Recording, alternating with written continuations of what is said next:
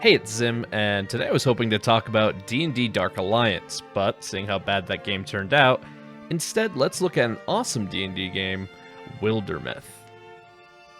Now, Wildermyth has come out of early access and is available on Steam for $24.99. This game has been in early access for quite a while. I've played it for over a year now, on and off. And honestly, I've been blown away with this game, from a great soundtrack to a very fun and interesting art style to a very fun gameplay as well. This is our core menu here. And as we can see, we have played. Legacy is going to be the characters you build, because these characters are going to develop with you and based on your choices throughout your different campaigns. And in fact, you can bring them back on other campaigns if they survive the campaigns they are originally created in. We also have tools here, which actually allows you to design and customize your own things, which is really awesome as well. It's a really nice feature. It's a feature I haven't really played around with at all.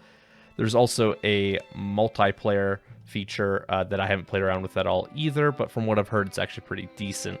So it's a cool thing you can do with your friends if you want, although this definitely shines as a single-player game. But we're going to go ahead and hit New Story here.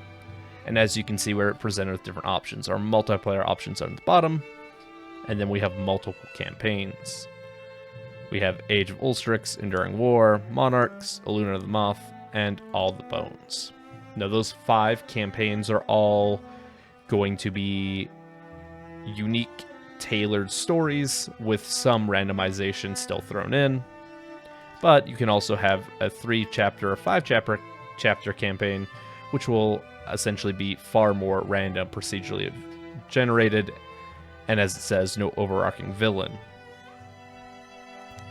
The only 3-chapter story for the unique ones is going to be Age of Ulstrix. Enduring War, Monarchs, Illuna, and All the Bones are all 5 chapters, and 5 chapters tends to be the normal length. Now, 5 chapters can be a little bit long, where you'll find yourself saving and coming back to the game, and that's probably one of my biggest, not worries with the game, but like it's something that I've tried to come back to a game after a few months, and then I just want to restart because I have no clue what I'm doing, or I have no real attachment to those characters anymore, which is kind of the highlight of this game, is being attached to these characters that you're building. But we're going to go ahead and jump to Age of Ulstrix, and I'll kind of show it off for you. You, of course, can change the difficulty. This is going to change combat difficulty, but we'll just keep it adventure for this. Normally, you get to change enemy types in the customizable campaigns, but the enemy types in these unique campaigns that are specific with specific villains, obviously you're not going to be able to change what type they are because they're tied to the story itself. However, the map seed will change. That's part of the randomization. We'll kind of go over the map as well a little bit later.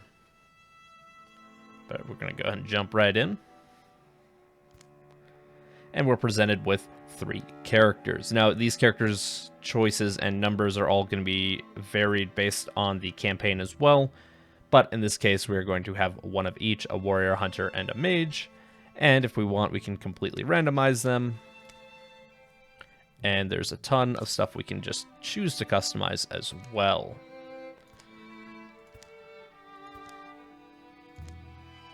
So if you want to fully customize all your characters, you definitely can do that.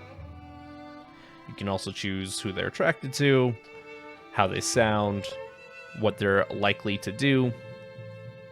The snarky romantic, now these are different aspects of how they will act when presented with different story options. So someone who's cowardly is obviously going to be more likely to offer non-confrontational options when you have those, and some characters might not like people who are cowardly, and some characters who will like people who are cowardly. So those will all interact in different ways, which is really cool. Obviously, we're just going to generate with these randoms, but the whole point of this game, like I said, is to have an attachment to these characters, and it does it very well. And so you might want to really get into customizing them, because you can bring them back into later campaigns if you want, which is really cool, and you kind of build up their own story and legend, which is also really cool. Like I said, the only downside is if you leave a campaign midway and like you don't come back in a couple months, you might find yourself less inclined to want to continue that character's story because you've kind of forgotten who that character was, which is a kind of a shame, but like I don't know how you'd get around that. And maybe that's just a personal problem as well. But anyway, we're going to jump into this campaign.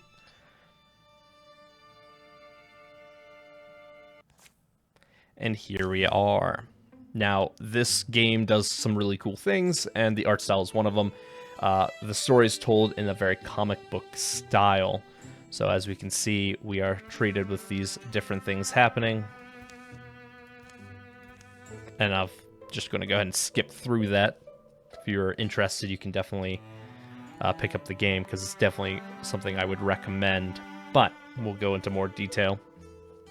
During these comic book moments, these are kind of your story moments, and so you're also going to have different choices, which will allow different things. So in this case, we are determining our relationship with one of these characters. So in this case, friendship, rivalry, or romance. Do they feel attracted to that person? Now, that doesn't necessarily mean that's how their relationship will end out. They might have romance towards the character, but one of your other characters might end up in a romance with them as well, and so there's conflict there. And it can cause natural rivalry between the two people who are in love with the same character. So there's some definitely really cool things there, but we're just going to go ahead and do friendship. And it's going to put us into a map. Now, all combat in this game is done on these maps, on this kind of 2.5D. You move around with WASD or with your mouse. Now, I do notice that like when I have a second monitor running, the mouse control can get a little bit wonky. So just keep that in mind. But it's all kind of tile-based and action-based. And so we're just going to do strengths here. Now, all combat is also based on class. So obviously, if you're a warrior is more likely to have melee abilities or defensive abilities. Rangers are more likely to have ranged attacks and higher damage, and mages are spellcasters. I do like how they do the mage system, and once we show that off, you'll see why, because I think it's quite unique.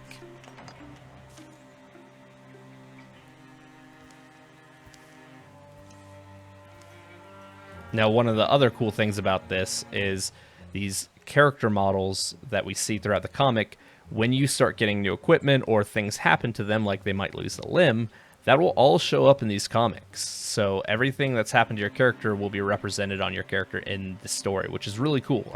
It's a really nice touch.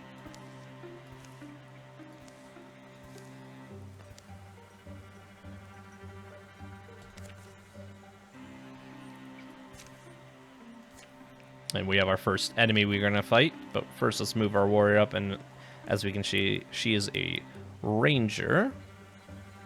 So we're going to just wait until my warrior can open that door. Now, enemies can open doors or break through doors, although oftentimes enemies won't be activated until you've opened up their area. And obviously, since we're in the beginning here, it's going to be a little bit easier and more generous with us, especially on the starting campaign, on like how tough these enemies are. Notice there's a blue shield icon between our little heroes there. And what that means is there's a defensive bonus because they're next to each other. They kind of empower each other, if you will. There's also attacks of opportunity if something was to try to move through and you haven't acted yet.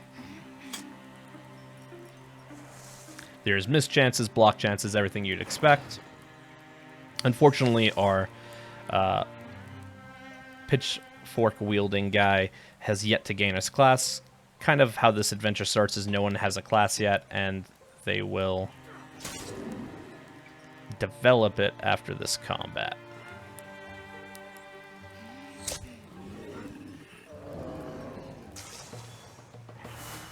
So as you can see, we'll get XP. It's always split as evenly possible between all characters, although some characters will get extra if it can't be split evenly.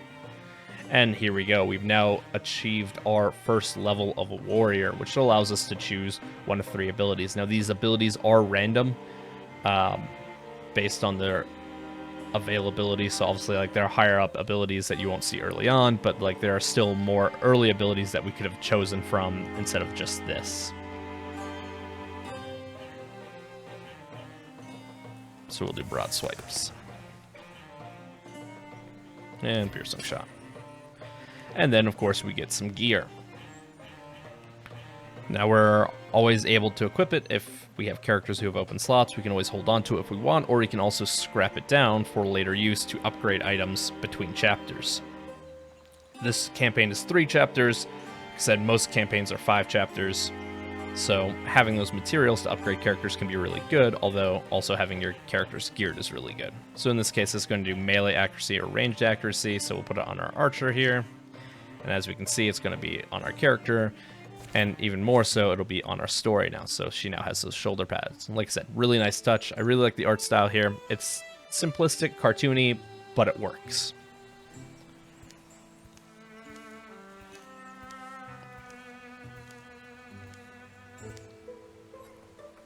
And then we're going to go retrieve our 3rd character, and so she's now deciding her relationship with that person. So maybe they have a rivalry. And it doesn't necessarily mean it'll end that way, but that's how we're starting it. Like I said, these stories and characters have a very good natural progression that I really like. A lot of these events tend to be random outside of the initial kind of... in this case, Chapter 1 has a lot of like building up these characters that will happen every time. But after that, you have some really random and unique events, although I've definitely seen a couple more than I've seen others. Like, sometimes I feel like some might have a higher spawn rate to happen than certain other ones, but I don't know about that. It could just be randomness being random. Now, so we have an overworld map. This is probably my least favorite aspect of the game. I think it's something that they've worked on a lot, especially throughout early access. It just doesn't add a ton, but it does add some interesting features. So we have calamity cards and infested tiles. So the more time you spend in the open world, the harder the enemies and the world get. Now, in Chapter 1 right now, these aren't going to advance because it's just trying to explain the systems, and that's just for this adventure, because this adventure really is just a kind of tutorial adventure. It's great for people to learn how the game works and to develop these characters without being overwhelmed by hard difficulty. However, we're going to choose our scout, and then we can choose our heroes. Now, we could send one or both, but in this case, we're just going to send both because we have no reason to split up. And as you can see, our characters will move, and we're scouting. Once you scouted an area, something will happen, or nothing will happen. So either you'll get a story event, or you'll have essentially a new zone that's revealed that might be under attack by enemies. Obviously, this is scripted, so we will be going into another story to get our 3rd character.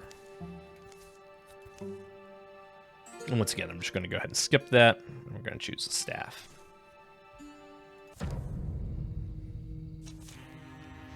So this is our mage, and we have a new enemy type here. And like I said, I really enjoy how they do magic. So magic is essentially a way to interact with what's already in the world. So I don't have any spells to cast. What I do is I interfuse my magical energy with something already present. So in this case, we could interfuse it with this cooking pot, and what it would do is it could shackle. So it does 2 damage and makes the enemy pretty much stuck there.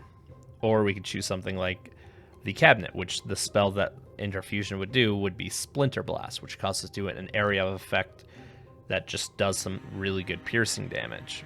So there's some really cool things you can do with it that I think is really unique in a lot of ways that you don't see with other magic systems, even in like traditional tabletop RPGs like D&D, or like what you see a lot of games do with magic, which is very much like blast fire or shoot magic missiles.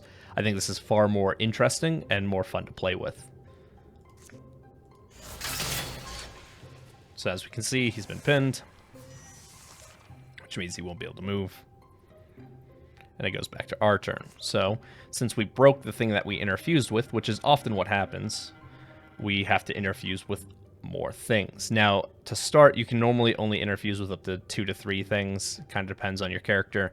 But obviously, there are also abilities that will increase how much you can interfuse with.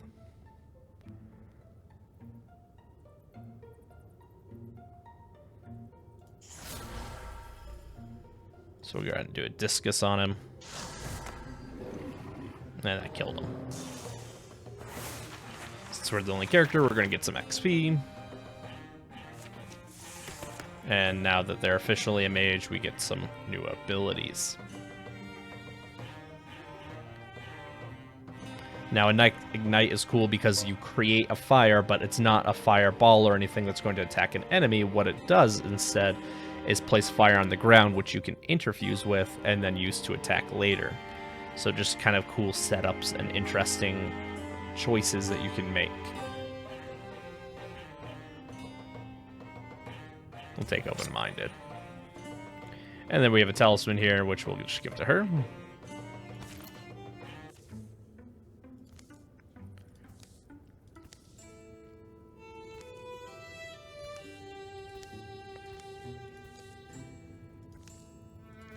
Yeah, as you can see, we're reuniting our party. Now, just because you start with 2 or 3 characters doesn't mean that's all the characters you get. You'll also be presented with other choices, like recruiting new heroes, and when you recruit a new hero, you'll also have choices to customize them. It's nice because you get to customize the characters you're adding. It's kind of a bummer because I prefer like the idea of like if someone's being joined to your party that they are who they are and that you don't have control over that, but that's up to you. You don't have to customize them if you don't want to. So as we can see here, we have an assault happening here, which means that the tower itself is still under a kind of enemy control with lurking Gorgons, strength 2, which means kind of our level. So we might want to just fight them. So if we want to do that, we'd click on the banner. We can see that she is injured. Injuries last between battles, but they can heal as an outer world action. But once again, that causes time to pass, which will mean the world will get harder. But we're going to go ahead and jump into this. And then that way we can actually see how the world kind of changes.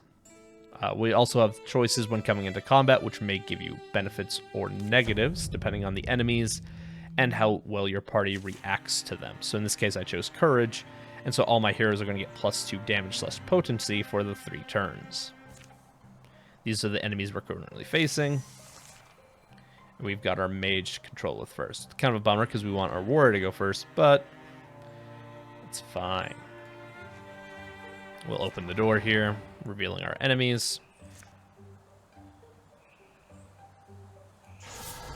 And we'll get an interfuse going.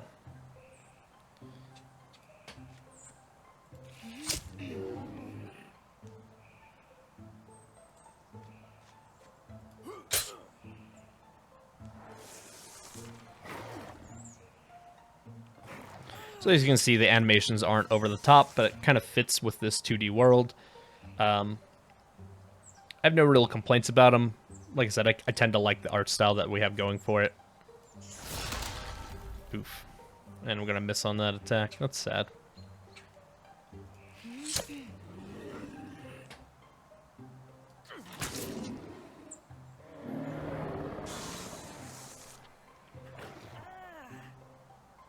We can see Jorna's almost down. Now, what would happen if Jorna goes down? Couple things. Probably wouldn't die. Most of the time, they give you an option to retreat, but they'll suffer a permanent injury. This could be losing an eye or a limb or some type of stat reduction. And it would also affect that character in different ways. So, like, if they lose a limb, not only is it represented on their character model, but it's also going to start affecting how they act in future events. And so they may become more depressed by it and things like that. Now, the depression isn't like something you'd expect in like Darkest Dungeons where it would affect that character permanently, but it'll change how their personality is and what story options they might go along with. I'm going to move in here.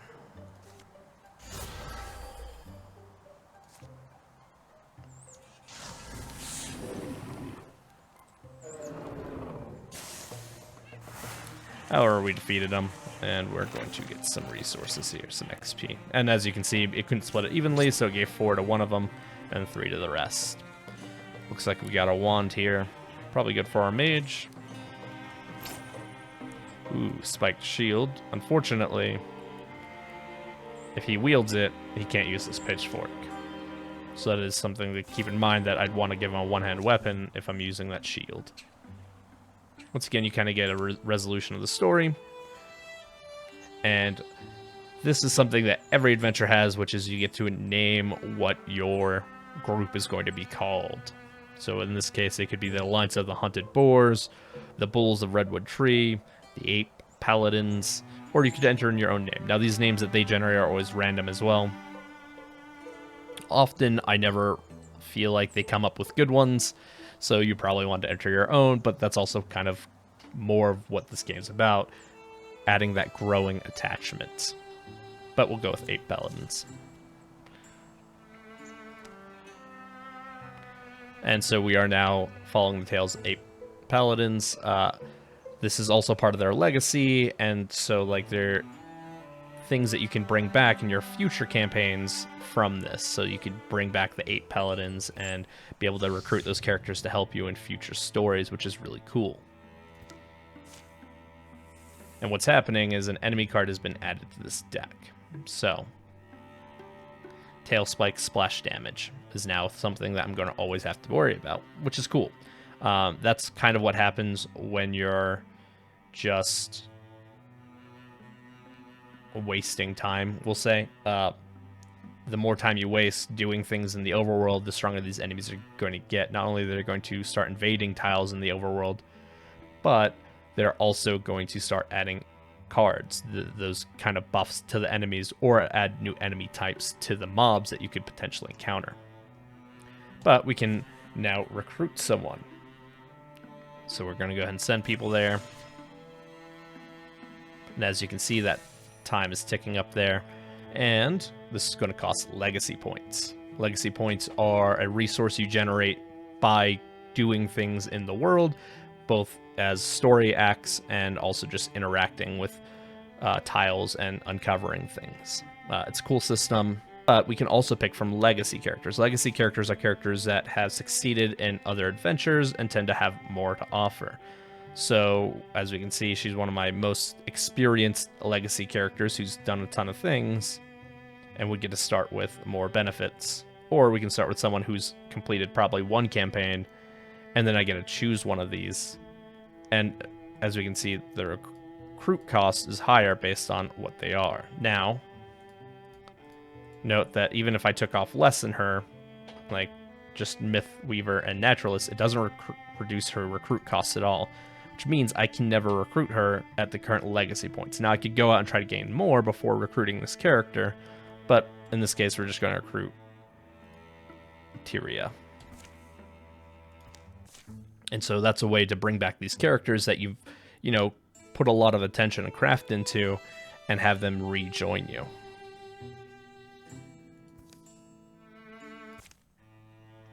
Which is a really neat system. Now,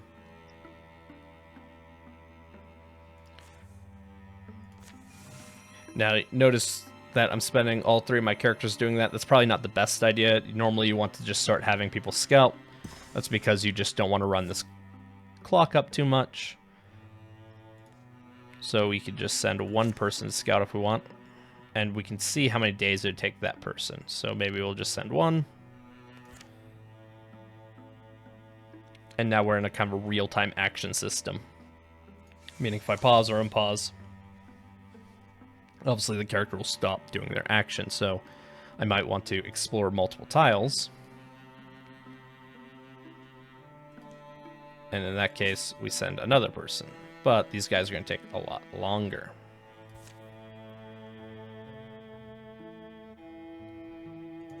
So as we can see, we have a real-time going on. And they're exploring.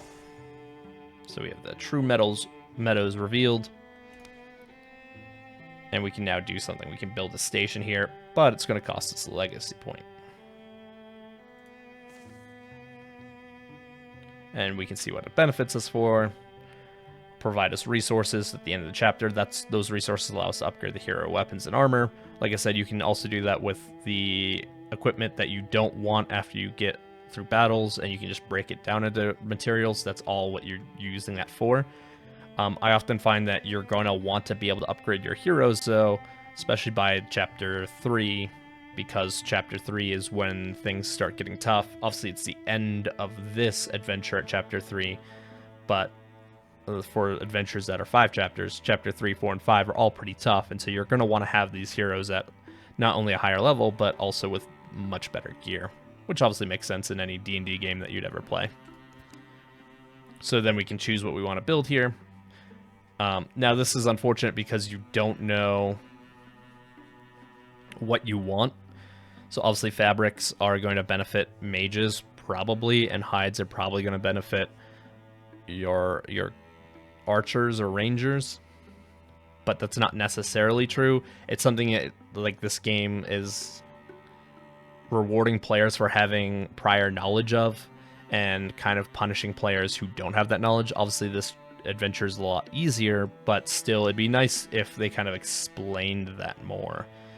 Even if it was just like a hover over and telling you, like, oh, this is like hides are beneficial to rangers and fabrics are beneficial to mages. But we'll do hides. And we can choose who's going to do it. We'll send one person over there.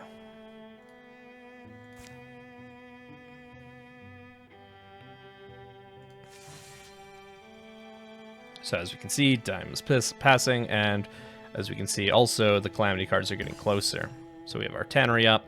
Now enemies can try to invade that. That's what this incursion track is. They'll infest tiles nearby, so we can see that this tile is infested, which means there's enemies there that we'll have to deal with and cleanse. Anyways, that's most of the game. This is what you're doing. You're adventuring out and trying to press on. You'll obviously have a quest that you're always trying to goal, but you're also trying to expand and make the world safer to gain better resources to keep fighting further in these quests. I do feel like the overworld map is probably its weakest. It's the most gamey, I guess, system in this game, where it feels more like a board game or a video game and less of a storytelling RPG aspect. But it's not bad in any way. I could definitely see some people not enjoying that part of it, especially if they're just looking to do the RPG elements. So as we can see, it's also going to say save and quit. So new save is fine. Wildermyth. Should you play it? I think it's a fantastic game. I think it's a phenomenal price at $24.99. I think the art style has a lot of attention to detail. Like I said, it carries throughout your character legacies, but also in the stories currently. Like, they'll appear with the gear and the things that have happened to them. I think that's really awesome.